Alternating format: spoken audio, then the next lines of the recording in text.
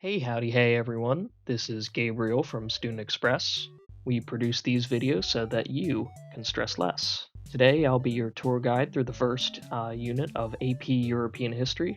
This unit focuses on some big changes in Europe as it rises out of the medieval period and moves into the era of exploration and the Renaissance. There's a lot of big points here, so let's get right into it. So, what was happening in Europe at the time period?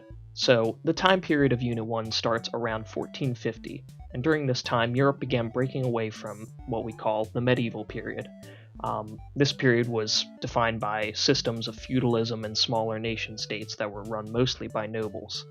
Um, but this system began breaking down around 1450. Larger nations were being formed by combining smaller states, and education was beginning to become more accessible. And after the Black Death killed much of Europe, a middle class arose, which allowed for a more wide distribution of wealth amongst the citizens. Technological innovation also became a real big thing here, prompting things like the printing press and other things we'll get to later on that were super important for a lot of the changes that we'll see here. The period of exploration begins around this time as well, as innovations in sailing allowed for longer voyages across the ocean. We also begin to see a change in the power of the Catholic Church, which, while it was the primary authority during the medieval age, we see monarchies becoming increasingly secular, or at least less interested in what the Vatican has to say. So we're seeing kind of more of a framework for Europe becoming more modern. So the Renaissance is one of the defining features of this time period, and it began right at the start in 1450 and marked a returned interest in what we call classical antiquity, which is the ideas that the Greeks and the Romans had from before the medieval period. It's kind of a returning to that style of education that was popular then and trying to rediscover some of these old manuscripts and ideas. The humanism is a concept that became more widely adopted, which emphasized human potentiality and individual achievement rather than the religious dominated philosophy that was popular during the medieval age. Shows kind of a big contrast between those two. The study of things like astronomy and anatomy became more common and began to be more widely understood. We see a lot of those famous art pieces and famous experiments and other scientific innovations that came out of this period on astronomy and anatomy in particular. And almost probably one of the most important things is Gutenberg's printing press.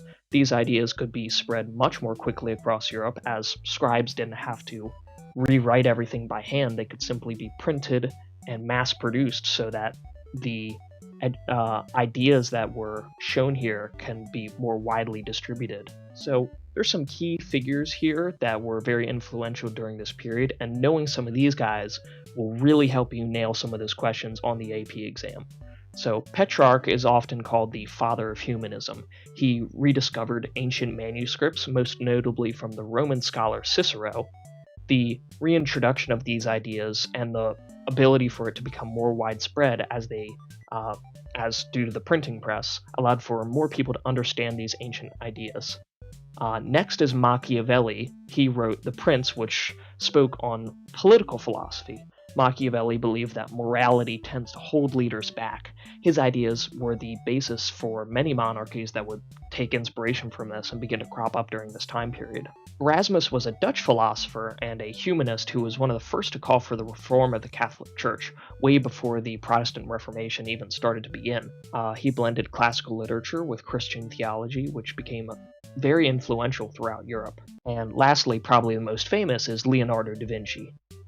He seemed to embody the Renaissance himself. He was a painter, engineer, scientist, sculptor, architect, and many of his works, such as most famously the Mona Lisa, are still famous today and widely praised today. He merged kind of this art and science and allowed for more people to really experience this side of things, which during the medieval period would have been completely impossible. So, During this same time period, monarchs in Western Europe in particular were gaining more control.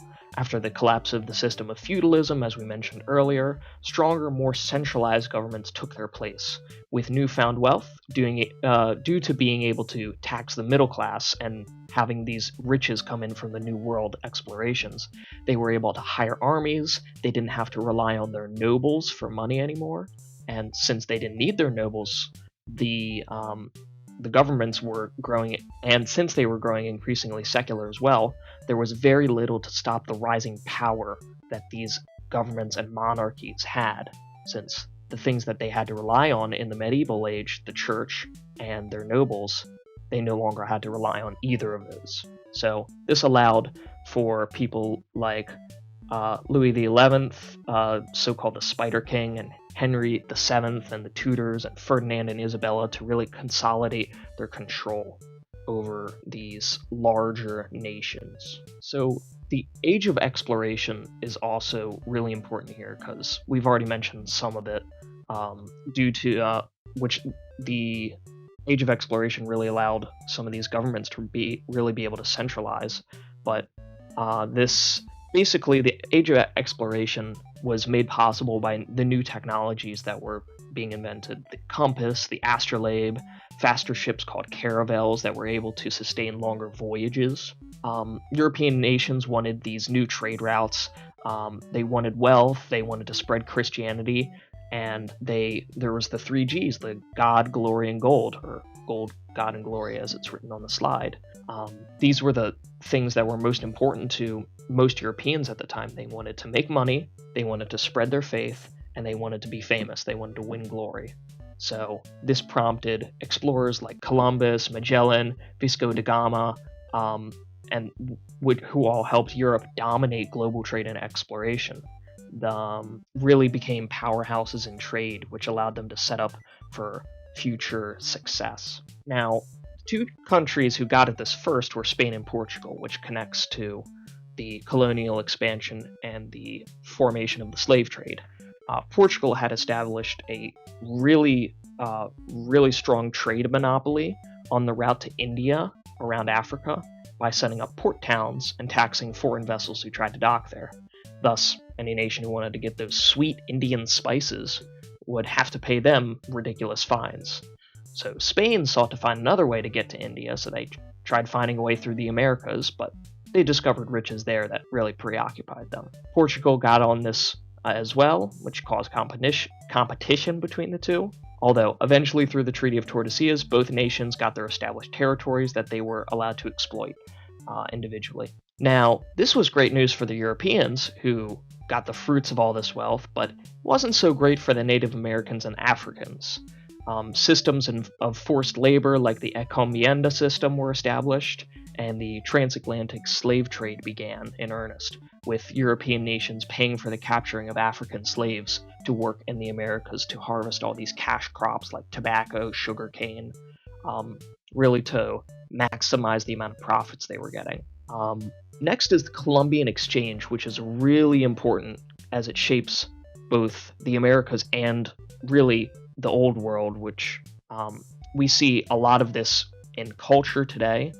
A lot of things that you really don't expect were not originally from there. Like potatoes were originally from the Americas. Ireland didn't have potatoes until 1450, just about. And tomatoes are also from the Americas. So Italy never had any tomato sauce, believe it or not. It's really hard to believe. But the Columbian Exchange completely transformed both hemispheres. As the two continents became more connected, European trade vessels began bringing all sorts of things that were foreign to the Americas and bringing new things they found back to Europe. From Europe came animals like horses and cattle, and from the Americas came crops like potatoes, maize, tomatoes, and tobacco. The natives really got the bad end of the deal here because while horses and cows are pretty cool, they also got some deadly diseases like smallpox, which wasn't so good. These diseases that the natives had no immunity to because they've never experienced these diseases like the Europeans had. It completely ravaged their population. It killed a huge percentage of them, which which contributed to the Europeans being able to further exploit them because they couldn't put up as many numbers to fight them. So the key takeaways here are really what as follows: the concept of Europe rising up from the Dark Ages, really looking back on how they were before the Dark Ages in classical antiquity, the ideas of the Greeks and the Romans being readopted and being relearned through the rediscovering of these ancient manuscripts, and really the attempt to relearn what was once learned. The worldview of Europe changed dramatically with the introduction of the Americas, the colonization, and the trade of new foods and ideas and cultures to Europe. Just completely changed a lot of culture in Europe. New wealth fueled competition and empire building, like with Portugal and Spain. The competition between those two really allowed them to consolidate their power and gave them really a leg up over other nations, not just in Europe, but across the world. And the foundations for the Reformation and modern economics were laid. So the mercantilist kind of philosophies were adopted, and the foundations for the Reformation through people like Erasmus were really laid, and these ideas began to formulate within the minds of Europeans as kind of a collective. So now I have prepared a couple practice problems. So I'll read them out. Feel free to pause to think on it. Some real good strategies that I would suggest, since this is my first time doing a video for you all, some good strategies that I would suggest are: make sure you read the question and fully understand what it's asking. So in this one, it asks, the intellectual movement known as humanism is best described as emphasizing which of the following? So we're talking about humanism, which identifying the period, again, it's 1450, first unit, it's what we covered today, so it's pretty easy on that. And it's asking, what is humanism? So the next thing is we got to go through each of these answers, kind of narrow down ones we know it's not. So is it A, the absolute authority of the church over all aspects of life? B, the study of classical text to understand human nature and potential? C, the rejection of ancient Greek and Roman ideas in favor of scholasticism? Or D, the belief that salvation could be achieved only through faith alone? Feel free to pause the video and answer it. All right, so the correct answer would be B. So the study of classical texts to understand human nature and potential. Remember that classical antiquity is making a resurgence. We're looking back on the ideas of the Greeks and the Romans to try and understand what they learned and try to relearn that as had been lost in the medieval age. So let's go over why the other answers are incorrect. With A, the absolute authority of the church over all aspects of life, that would have been something that might be true about the medieval age, but as we're moving into the Renaissance, that's starting to change. Society is becoming a bit more secular, and that's just increasingly not true. C, the rejection of ancient Greek and Roman ideas in favor of scholasticism. It's quite the opposite. The ancient Greek and Roman ideas are being readopted, so they're not being rejected. And lastly, D, the belief that salvation could be achieved through faith alone. The theological kind of questions here aren't prevalent as of yet. That's something we'll get to in the Protestant Reformation. So it's definitely not D. So the correct answer is B. Next question. Which of the following was a major goal of the new monarchs of the 15th and 16th centuries? Is it A, increasing the power of local nobles? B, establishing religious toleration for all faiths? C, centralizing political authority and reducing noble independence? D, expanding representative parliamentary institutions? Give you a second to answer, and the correct answer would be C. So let's go through. Centralizing political authority and reducing noble independence. Remember, as these new monarchs are forming, these new kind of these people like Louis XI and Isabel and Ferdinand, they're consolidating their authority. They no longer have to rely on nobles for money, since the rise of the middle class and the treasures of the New World are funding them. They don't have to rely on nobles for their armies and for money anymore. So let's go through the other answers. A, increasing the power of local nobles. That's just not true. It's the opposite. The nobles are losing power over the monarchies. B, establishing religious toleration for all faiths. We're not quite there yet. And in fact, we're not going to be there for quite some time. So that's definitely a no-go. D, expanding representative parliamentary institutions. Again, it's consolidation of centralized government. Parliamentary institutions aren't going to be prevalent as of yet. All right, I got one more for us, and then we'll call it a day. So, which of the following best describes a long-term effect of the Columbian Exchange on Europe? Is it A, a decline in agricultural productivity due to reliance on American crops? B, a population increase fueled by staple foods such as potato and maize? C, economic isolation as European nations turned inward? Or D, a widespread loss of wealth due to colonial wars? I'll give you a second to answer. The correct answer is B, a population increase fueled by new staple foods such as potato and maize. As the Columbian Exchange is going on and new foods are coming into Europe, we're seeing a rise in a greater variety of foods that the European people can have. And a lot of these crops are very hardy, very stable. They're able to be grown anywhere. So these foods will become widely consumed by a lot of the people. So population increase will occur. People are healthier. Let's go through the rest of them. A decline in agricultural productivity due to reliance on American crops.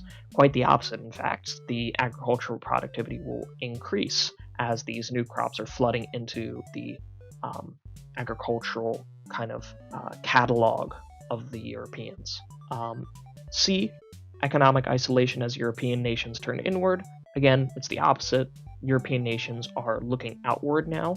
They're focused less on internal affairs and more on the how they can make wealth and glory and the 3Gs, God, glory, and gold, from other nations, especially the Americas.